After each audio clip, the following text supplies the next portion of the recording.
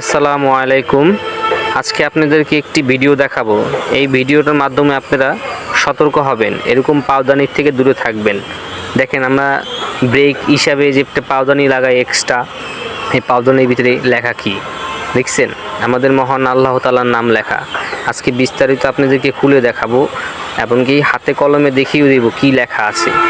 দেখুন, দোকান থেকে যখন আমরা কিছু জিনিস কিনি, যাচাই বাছাই করে কেনা দরকার। এইসব জিনিস কেনার থেকে আমরা দূরে থাকি। দেখুন, নাস্তিক ইহুদিরা কিভাবে আমাদের আল্লাহ তাআলার নাম একটি ব্রেক পাওদানির ভিতরে লিখে দিল। নাউজুবিল্লাহ। আমরা সব সময় এইসব জিনিস থেকে দূরে থাকি।